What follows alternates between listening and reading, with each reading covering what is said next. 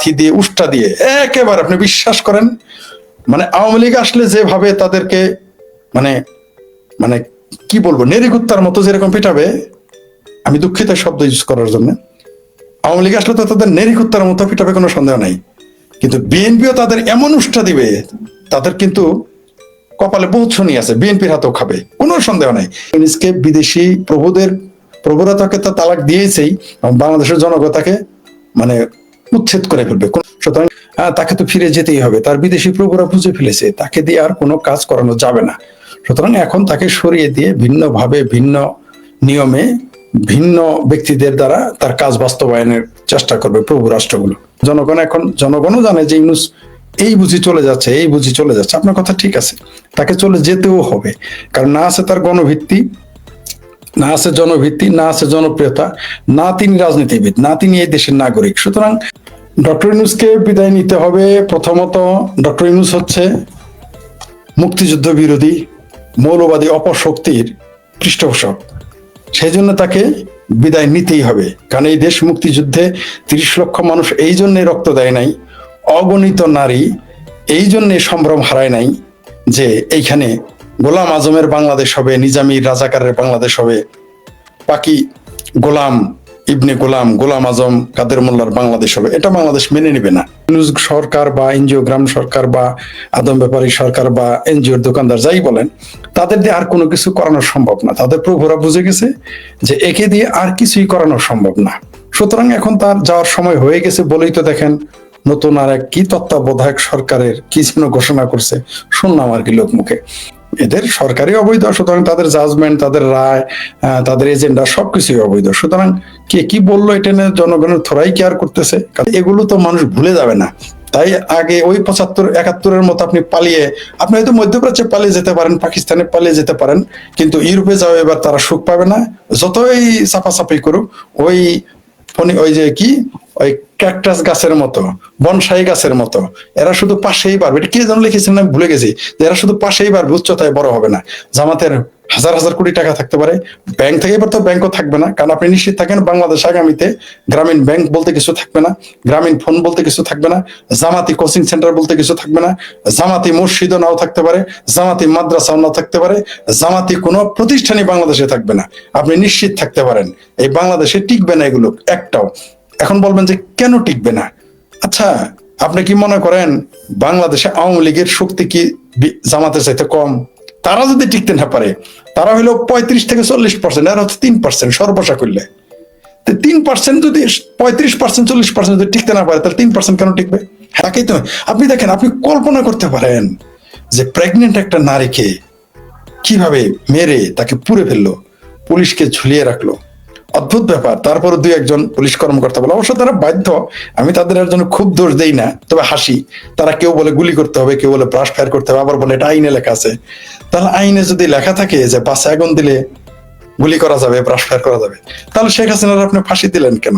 শেখ হাসিনাকে চ্যাঙ্গারু কোর্ট, আমি কিন্তু চ্যাঙ্গারু আবার বলি প্রিয় দর্শক, এটাকে আমি চ্যাঙ্গারু কোর্ট বলি, ক্যাঙ্গারু কোর্ট মনতে ওরা, ক্যাঙ্গারু কোর্টের মিনিমাম একটা মান থাকে, মানে একেবারে লোয়েস্ট, মানে একেবারে সর্বনিম্ন একটা মান থাকে, এদের তাও নাই, তাই এটাকে আমি চ্যাঙ্গারু কোর্ট বলি। তো এই চ্যাঙ্গারু কোর্টে আপনি শেখ হাসিনাকে কেন ফাঁসি দিলেন? পুলিশের আইনেই তো লেখা আছে মেট্রো রেল, কারণ বাসের চাইতে তো মেট্রো রেলের দাম কম না। তাহলে বাসে যদি আগুন দিলে গুলি করতে পারে, তাহলে মেট্রো রেলে আগুন দিলে পুলিশ গুলি করতে পারে। তাহলে শেখ হাসিনার খারাপ ভাষাটা বললাম না, প্রায় মুখ দিয়ে চলে আসছিল, আমরা জামালপুরের মানুষ তো, হুট করে শব্দ চলে আসার। আমি তো এরকম সলিমুল্লাহ খানের মতো বুদ্ধিজীবী না, ওই ফ্রড মাজানের মতো বড় বুদ্ধিজীবী না, তাই বাই চান্স ভুলে শব্দটা যদি এসে যায় কখনো ক্ষমা করবেন। তো ওই শেখ হাসিনার কচুর দোষ হয়ে গেছে, শেখ হাসিনার সব দোষ। মানে এখন যে অর্ডার দেয়, ব্রাশ ফায়ার করতে চাইছে, গুলি করতে চাইছে, এটা ইউনূসের অর্ডার না। কিন্তু ৫ই আগস্টের আগে সূরায়ে বগি নাজিল হয়েছিল, সূরায়ে মগি নাজিল হয়েছিল, ওর মধ্যে লেখা ছিল তাদের তো পালিয়েই যেতে হবে। কিন্তু কতটুকু তারা পালিয়ে যেতে সক্ষম হবে, সেটাও একটা বড় প্রশ্ন আছে। তারা তো পালিয়ে যাবে, পালিয়ে না গিয়ে তো তাদের উপায় নাই। আর আপনি যেটা বললেন ১৫ মাসে যে দুর্নীতি, আপনি দেখেছেন, আমরা দেখেছি, মিডিয়াতে এসেছে যে শেখ হাসিনার একজন পিএ ৪০০ কোটি টাকা, মানে আওয়ামী লীগের ১৬ বছরে তার পিএ ৪০০ কোটি টাকা দুর্নীতি করেছে, তাকে স্যাকও করা হয়েছে। কিন্তু এই সরকারের, যে সরকারের বয়সী ১৫ মাস, মানে ১৬ মাস আজকের দিন পর্যন্ত, এর অর্ধেক বয়সে মানে 8 থেকে 10 মাসেই তারা এক একজন 150 কোটি, 200 কোটি, 300 কোটি, 400 কোটি, এমনকি ওই যে তানভীর নাকি খানবীর কি যেন একটা আছে দেখতে দরবেশের মতো, মনে হয় চৌথ আসমান থেকে নিচে নেমে আসলো, এনসিপির কি যেন কে ছিল, তার বিরুদ্ধেও আছে যে 400 কোটি টাকা দুর্নীতি করেছিল বই ছাপার কাজ নিয়ে। তো এদের দুর্নীতি তো আর, এই যে আরেকজন আমার জাতীয় ভাতিজা আছে, আমার তো নাম থাকে না, ভাবির পোলাদের নাম, সে প্রথমে বলেছিল, যেটা ভিডিওতে এখন ভাসছে, আমরা শুনছি নিয়মিত, মানে আমরা ভিডিও ওগুলো পেয়ে যাই, সে 5 আগস্টের 5 আগস্ট আগে বলছে তাদের গ্রামের মধ্যে সবচাইতে ভাঙাচোরা ঘর তার, পাটোয়ারি নাকি ফাটোয়ারি না পাটোয়ারি কি যেন নাম তার, আমি জানি না ওই। আর এখন এখন তার গ্রামের মধ্যে নাকি তাদের সবচেয়ে বড় বাড়ি, 1.5 একরের উপরে 3টা পুকুর আছে। 5 তারিখের আগে নিজেই বললো যে তাদের বাড়ি গ্রামের মধ্যে সবচেয়ে ভাঙাচোরা বাড়ি। মানে অদ্ভুত ব্যাপার। আপনি, এরা কিন্তু ডারউইনের বিবর্তন তত্ত্ব বিশ্বাস করে না, কিন্তু আমরা তো দেখি ডারউইনের বিবর্তন 5 তারিখের আগে আর 5 তারিখের পরে কত কিছু হয়ে গেছে। 5 তারিখের আগে যারা মেসে থাকতো, চলতো লোকাল বাসে, তারাও দেখি 150 গাড়ি নিয়ে ঘুরে। সুতরাং দুর্নীতি কি হারে হয়েছে এটা তো সহজে অনুমেয়। কারণ যাদের মেসেজ চলার কথা, যাদের লোকাল বাসে চলার কথা, এটা আমি বলি নাই, আপনার চ্যানেলে এসে বিএনপির চেয়ারপারসনের উপদেষ্টা হাবিবুর রহমান হাবিব ভাই বলেছিলেন, তাই না? এবং এটা আমরাও জানি, তিনি বললে কথাটা দালিলিক হয়ে যায়, আমরা বললে তো দালিলিক হয় না, তার কথাটা দালিলিক। তার কথার সূত্র ধরে আমরা বলতে পারি যে এই যে দুর্নীতি আমরা দেখেছি, আমরা দেখতে পাচ্ছি যে বাংলাদেশের আরেকজন বিএনপির উপদেষ্টা বীর মুক্তিযোদ্ধা ফজলুর রহমান, তার ভাষায় যে কেসকি বান্দির পোলারা সুলতান খা হয়ে গেছে। তো কেসকি বান্দির পোলারা তো এখন সুলতান খা। সুতরাং কেসকি বান্দির পোলা হলে কখন সুলতান খা হয়? যখন তাদের পকেটে টাকা আসে, ক্ষমতা আসে, আর ক্ষমতার সাথে টাকার একটা বিষয় আছে। সুতরাং আমরা কি দেখতে পাচ্ছি যে কেসকি বান্দির পোলারা এখন সব সুলতান খা হয়ে গেছে। সুতরাং এরা তো দুর্নীতি করবেই। এরা কোথায় দুর্নীতি করতেছে না? এই যে আরেকজনের কথা শুনলাম, কি যেন নাম তার, আক্তার নাকি ফাক্তার, নাম তো মনে থাকে না, তার বিরুদ্ধে তারই এক সময়ের তথাকথিত জুলাই সন্ত্রাসী আন্দোলনের যে সহকারী, সে অভিযোগ করেছে যে একজন পিপি নিয়োগ দিতে 50 লক্ষ টাকা সে দুর্নীতি করেছে। তারাই তাদের বিরুদ্ধে অভিযোগ করতেছে। যারা মেসে থাকতো, লোকাল বাসে চড়তো, তারা এখন 50 লাখ টাকা তাদের কাছে কোনো টাকা না, 1 কোটি 2 কোটি টাকা না, তাদের কাছে 150 গাড়ি কোনো বিষয় না। আমরা এখনো বাসে চড়ি এবং ভবিষ্যতে বাসেই চড়তে হবে, কারণ আমাদের কোনো সম্ভাবনা নাই। আমরা বিএনপির চেয়ারপারসনের উপদেষ্টা যে হাবিবুর রহমান হাবিব ভাইয়ের কাছে শুনলাম যে তিনি 20 বছর নাকি 19 বছর যাবৎ বাসায় ভাড়া থাকেন, যে বাসায় লিফট নাই, তার মানে তার গাড়িও নাই। কিন্তু কেসকি বান্দির পোলাদের আমরা দেখি হোটেল কন্টিনেন্টালে গিয়ে তারা ইফতার করে 10 কোটি টাকার বিল। আমরা দেখি কেসকি বান্দির পোলারা তারা এতই মহানায়ক হয়ে গেছে যে তাদের রাতের বেলা হাঁস খেতে যেতে হয় 5 স্টার মানে 5 তারকা হোটেলে। ভাবা যায়? এই হচ্ছে আমাদের বাংলাদেশের জুলাই সন্ত্রাসী যোদ্ধাদের আমল নামা। প্রতিদিন তারা কি করতেছে, তাদের কাজটা কি? এরা ধরা পড়ার আগে সবাই সৎ। আমরা দেখলাম বীর মুক্তিযোদ্ধা ফজলুর রহমানের বাসার সামনে যে মেয়েটা চিৎকার চেঁচামেচি করলো বিশ্রী বিশ্রী ভাষায়, ইদানিং দেখি বোরকা পরেও বিশ্রী বিশ্রী ভাষায় কথা বলে, এবং তার পক্ষে আবার সাফাই গায়, বলে যেগুলো নাকি প্রতিবাদের ভাষা। নারীর বিশেষ অঙ্গের কথা বললে সেটা নাকি প্রতিবাদের ভাষা। আবার খুব বিশ্রী একটা শব্দ এফ দিয়ে শুরু হয়, সেটাও যদি বলে সেটাও নাকি এখন প্রতিবাদের ভাষা। পদ্মা, মেঘনা, যমুনা, তোমার আমার ঠিকানা, এগুলো এখন প্রতিবাদের ভাষা না। এখন প্রতিবাদের ভাষা হচ্ছে নারীর প্রাইভেট পার্টসের শব্দটা উচ্চারণ করে আপনি স্লোগান দিলে, আমরা নারীদেরও দেখি সেই স্লোগান দিয়েছে। আমরা পাখি লাভ মঞ্চের পাখিবাদীর ছেলে হাদিকে এই সমস্ত বলতে শুনি, এরকম অনেকের মুখে আমরা এই শব্দগুলো শুনতেছি। আবার তারা নাকি বিশ্ববিদ্যালয়ের ছাত্র, বলিহারি বিশ্ববিদ্যালয়, আর বিশ্ববিদ্যালয়ের ছাত্র রাজনৈতিক ভাষা, প্রতিবাদের ভাষা। এগুলো হচ্ছে এখন তাদের প্রতিবাদের ভাষা, কারণ তারা ধরাকে সরা জ্ঞান করে ফেলেছে।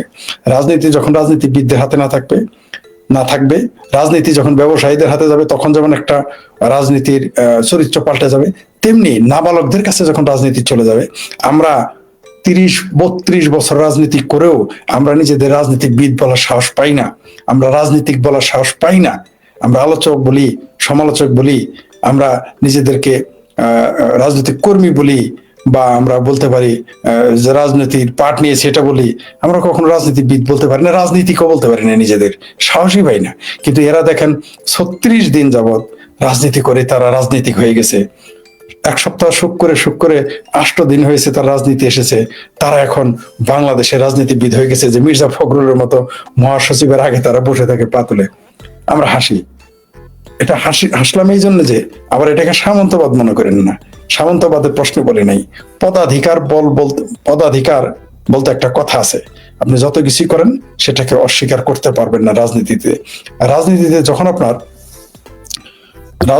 আপনার রূপ পরিবর্তন হয়ে যাবে, তখন বুঝতে হবে যে এই দেশে সবকিছুই পরিবর্তন হয়ে গেছে। কারণ রাজনীতির সাথে অর্থনীতি, রাজনীতির সাথে ধর্ম, ধর্মের সাথে রাজনীতি, রাজনীতির সাথে মানুষের চরিত্র, রাজনীতির সাথে মানুষের নীতি নৈতিকতা, রাজনীতির সাথে সাম্প্রদায়িকতা, রাজনীতির সাথে সহিংসতা প্রভৃতির সম্পর্ক রয়েছে। রাজনীতির সাথে বিদেশ নীতি এবং বিদেশিদের দালালি এবং দেশপ্রেম সবকিছুর সম্পর্ক আছে। রাজনীতি কোন দিকে গেছে এখন? আমাদের এই মুহূর্তে বাংলাদেশে যে রাজনীতি চলতেছে, তারা কারা রাজনীতি করতেছে? আপনি কাদের দেখতেছেন রাজনীতি করতে? আপনি দেখেন প্রথমত তাদের বয়স কত। পৃথিবীতে বহু জায়গায় রাজনীতিতে অনেক কিছুই উত্থান পতন ঘটে। আপনি কি দেখেছেন কখনো? 90 সালে আমরা দেখেছি 90 যারা গণ অভ্যুত্থান করেছিল তারা কি কখনো সরাসরি জাতীয় রাজনীতিতে অংশ নিয়েছিল? না, তারা ছাত্র রাজনীতিতে ছিল। তারপর এসেছে, এখন তো কেসকি বান্দির পোলারা প্রথমে সরাসরি চাকরি নিতে এসে হয়ে গেছে উপদেষ্টা, অর্থাৎ অপদেষ্টা, একেবারে মন্ত্রীর পদমর্যাদার সমমানের। শুধু তাই না, তারা অপদেষ্টা হয়ে আবার এখন পদত্যাগ করে দল গঠন করে, আবার কেউ তো পদত্যাগ করে এখন তারা সরাসরি রাজনীতিতে যুক্ত হচ্ছে। তারা এমপি ইলেকশন করবে, তারা সংসদ নির্বাচন করবে। তার মানে কি সবকিছুই পূর্ব নির্ধারিত, কোনো কিছুই স্বচ্ছ না। এটা আমরা বলি নাই, এটা তাদের লোকই বলেছে। আপনি আম তারেক বলে যাকে আমরা খেপাই, যাকে গালফোলা আম তারেক বলি বা গণরিয়া পরিষদ 2 বলি, তারাই অভিযোগ করেছে যে এদের রাজনীতি করার অধিকার কি, এরা ইলেকশন করে কিভাবে? আপনি ক্ষমতা দখল করলেন, তো আপনি বললেন যে আপনি বিচারক, অর্থাৎ তত্ত্বাবধায়ক সরকারের কাজ কি? আপনি নিরপেক্ষ, আপনি কোনো দলের না, আপনি সারা দেশের পক্ষে কাজ করবেন। তারাই এখন অর্থাৎ রক্ষকে এখন ভক্ষকে পরিণত হচ্ছে। আমরা দেখলাম একজন অ্যাটর্নি জেনারেল, সে এসে সরাসরি রাজনীতি, সে এখন ইলেকশন করবে, এবং তাকে যখন প্রশ্ন করা হয় সে বলে এটা তো রাজনীতি, এটা তো সরকারি কোনো পোস্ট না, তাই তিনি রাজনীতি করতে পারেন। এই হচ্ছে মানে ফতোয়ার মতো, মৌলবীদের ফতোয়ার মতো, মানে সুযোগ বুঝে ফতোয়া চেঞ্জ হয়ে যাচ্ছে। ইসলামকে যেমন ইলাস্টিক বানিয়ে ফেলা হয়েছে, সুবিধা মতো নিয়ে যাওয়া হচ্ছে, তেমনি রাজনীতির সংজ্ঞা, সংবিধানের সংজ্ঞা, গণতন্ত্রের সংজ্ঞা, নীতি নৈতিকার সংজ্ঞা প্রতি মুহূর্তে পরিবর্তন হচ্ছে। কেন এই পরিবর্তন করতেছে? নিজেদের স্বার্থে। বাংলাদেশে এই মুহূর্তে কি হচ্ছে? এই যে কেসকি বান্দির পোলা বলেন, মানে বীর মুক্তিযোদ্ধা ফজলুর রহমান সাহেবের ভাষায়, আর যাই বলেন, আর আমার ভাষায় এরা আমার জাতীয় ভাতিজা, নাবালক, দুধের শিশু। এই দুধের শিশুরা যখন রাজনীতিতে আসবে, আপনি তো শিশুর কাছে আইসক্রিম ছাড়া কিছু আলাপ শুনবেন না। এদের রাজনৈতিক গভীরতা, এদের রাজনৈতিক বক্তব্য শুনেছেন তো? সুতরাং এই যে রাজনীতির যে ধ্বংস, রাজনীতির যে রাজনৈতিক মেসাকার শুরু করে দিল ডক্টর ইউনূস, এর প্রতিফল তো আমাদের ভোগ করতেই হবে সামনে। তাকে তো ফিরে যেতেই হবে, সে তো যেতে বাধ্য, না গিয়ে তো তার উপায় নেই। বিশ্ব রাজনীতি বলেন, আন্তর্জাতিক রাজনীতি বলেন, আর লোকাল রাজনীতি বলেন, দেশের রাজনীতি বলেন, তাকে ফিরে যেতেই হবে। কারণ তিনি রাজনীতিবিদ নন, তাকে আজ হোক কাল হোক ফিরে যেতেই হতো, যেতে হবেও। যারা বাংলাদেশের এখনো 35 থেকে 40% মানুষের প্রতিনিধিত্ব করে, আপনি তাদের নিষিদ্ধ করে দিলেন, তাদের রাজনীতি করতে দিবেন না, এমনকি স্বতন্ত্র করতে দিবেন না। তাহলে আপনাদের যদি 1%, 2%, 0.5%, 1/4%, মানে 1/4%, তাদের যদি নিষিদ্ধ করে, তখন আপনি কি বলবেন? আমাদের এই বক্তব্যটা রেকর্ড হয়ে থাকলো, এটা থাকবে। এই যে আজকে আমরা যে এখানে প্রবাস দর্পণে আলোচনা করলাম, এটা তো রেকর্ড হয়ে থাকবে, তাই না? কারো না কারো কাছে থাকবে। এমনকি আমাদের এগুলো যদি কেউ গায়েব করে দেয়, কারো না কারো কাছে এই রেকর্ডটা থাকবে, আমরা জানি। কেউ না কেউ এটা রেখে দিবে। তখন এই বক্তব্যগুলোই যখন তোলা হবে, তখন এই দেশের বুদ্ধিজীবীরা কি বলবে? তখন এই দেশের লেখকেরা কি বলবে? তখন এই সলিমুল্লাহ খান কি বলবে? কলিমুল্লাহ খান যদি জেলে যাইতে পারে, সলিমুল্লাহ খান জেলে গেলে তো মহাভারত শুদ্ধ হয়ে যাবে না। পান্না ভাই যদি জেলে যাইতে পারে, তাহলে ফ্রড মাজার যদি জেলে যায়, তাহলে মহাভারত শুদ্ধ হবে না। তখন আপনারা কি জবাব দিবেন? আসলে সিলেক্টিভ মানবতাবাদ, সিলেক্টিভ গণতান্ত্রিকতা, সিলেক্টিভ নির্বাচন, এগুলো কারো জন্য ভালো ফল বয়ে আনবে না। আসলে বাংলাদেশের যারা স্বাধীনতা বিরোধী, তাদের এখন আকল হয় নাই। তাদের 71 সালে একবার সুযোগ দেওয়া হয়েছিল, 72-এ বঙ্গবন্ধুর যে কোনো কারণে সুযোগ দিয়েছিল, 75-এ বঙ্গবন্ধুকে সপরিবারে হত্যা করার পর তারা সুযোগ নিয়েছিল। তারপর এরশাদ জিয়া এরশাদ হয়ে আওয়ামী লীগ বিএনপির কাঁধে চড়ে এই মৌলবাদী শক্তি, স্বাধীনতা বিরোধী শক্তি এত আস্কারা পেয়েছে যে মানুষ ভুলেই গিয়েছিল তাদের অপকর্মের কথা। কিন্তু 5ই আগস্টের পরে মানুষ সেটা বুঝতে পেরেছে। যেমন ডক্টর ইউনূসকে অনেকেই মহান মনে করলো, বিদেশি এবং দেশিরা, আমাদের কিছু দেশের কিছু মানুষ তাকে মহান মনে করেছিল, বিদেশিরা তো মহান মনে করতো। এখন কিন্তু থলের বিড়াল বেরিয়ে গেছে, ইউনূস নামের যে বেলুনটা সেটা ফুটো হয়ে গেছে। মানুষ জানে যে এই লোকটা তো মহান তো নয়ই, তার মতো শেষচর, তার মতো ইতর, তার মতো ছোট লোক এই পৃথিবীতে দ্বিতীয়টি নেই।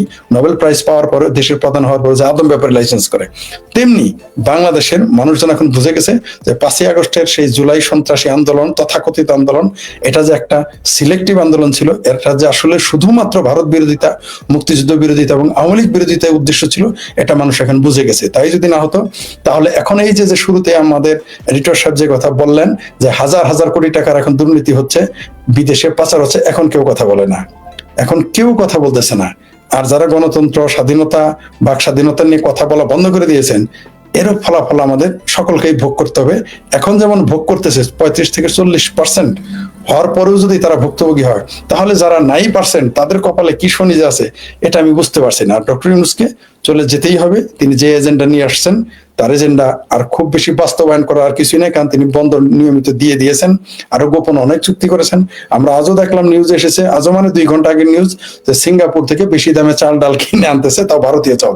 তো এই যে বোকামি এবং একই সাথে বদমাইশি, বোকামি এবং একই সাথে বদমাইশি দুটোই করে চলছে, বাংলাদেশের জনগণের কাছে এটা স্পষ্ট হয়ে যাচ্ছে দিনে দিনে। আমরা জানি রাজনীতির ভাষা কি, আমরা ওগুলো বললাম না। তাদের ছিঁড়ে, স্বর্ণলতা ছিঁড়ে, পরগাছা ছিঁড়ে চৌচির হয়ে যাবে, খুব বেশি দিন নাই। আর ইউনূসকে তো যেতেই হবে, কারণ ইউনূস যেভাবে বাংলাদেশের পুলিশকে ধ্বংস করেছে, বাংলাদেশের সেনাবাহিনীকে ধ্বংস করেছে, বাংলাদেশের রাজনীতিকে ধ্বংস করেছে, বাংলাদেশের বিচার বিভাগ ধ্বংস করেছে, বাংলাদেশের সম্প্রীতি ধ্বংস করেছে, তাকে বিদায় নিতেই হবে। কারণ বিএনপি যেমন ক্ষমতামুখী দল, ক্ষমতার জন্য মুখে আছে, আওয়ামী লীগও তেমনি তার কামব্যাক সে করবে, সে ফিরে আসবে। যখন একদিকে আওয়ামী লীগ ফিরে আসবে, মুক্তিযুদ্ধের পক্ষের মানুষ ফিরে আসবে, আর বিদেশি যারা তাদের প্রভু, তারা তো বুঝে গেছে একে কিছু হবে না, তারা তো সরে গেছে একে একে। আপনি দেখেছেন যখন ভারতের সাথে আমেরিকার 10 বছরের সামরিক চুক্তি হয়ে গেছে এবং ইসরায়েলের সাথেও তার একটা চুক্তি হয়ে গেছে, তখনই পৃথিবীর ভূগোল, পৃথিবীর রাজনৈতিক ভূগোল, অর্থনীতি, সমাজনীতি সবকিছু পাল্টে গেছে, এটা পরিষ্কার। তার ফলাফল আপনি কিন্তু দেখলেন, যারা ভারতের নাম নিত না, নিতে 3 বার করে গালি দিত, 70 বার করে 70 বার তাদের ঘৃণাইজম চালাইতো, তারা যতবার আল্লাহর নাম নিত তার চেয়ে বেশি ভারতকে গালি দিত, সেই ভারতে কিন্তু এখন রজার রহমান ওরফে খলিলুর রহমান, অথবা খলিলুর রহমান ওরফে রজার রহমান, আমরা তো আজকাল জানি না, ছাত্রলীগের ভিতরে যেমন শিবির লুকিয়ে থাকে, গুপ্ত শিবির, তেমনি কার যে কি নাম আমরা জানি না, আমরা তো তাদের পাসপোর্ট দেখি নাই, সুতরাং তাদের পাসপোর্ট দেখাবেও না, কারণ পাসপোর্ট দেখালেই তো সবার থলের বিড়াল বের হয়ে যাবে, সুতরাং তারা দেখাবে না। তাই আমরা যা শুনি তাই বলি। তো রজার রহমান বা খলিলুর রহমান এই খুনিটা, তিনি খুনি কেন বললাম, এটা এডিটরের দোষ না, এটা আমরা জানি যে তার নামে খুনের অভিযোগ ছিল, তিনি পালিয়ে গেছিলেন, তার জন্য বললাম অভিযুক্ত, তিনি খুনি হিসেবে তিনি অভিযুক্ত, তিনি এখনো সেটা ক্লিয়ার করেন না, সেই ব্যাপারে তিনি মুখ খুলেন না, তিনি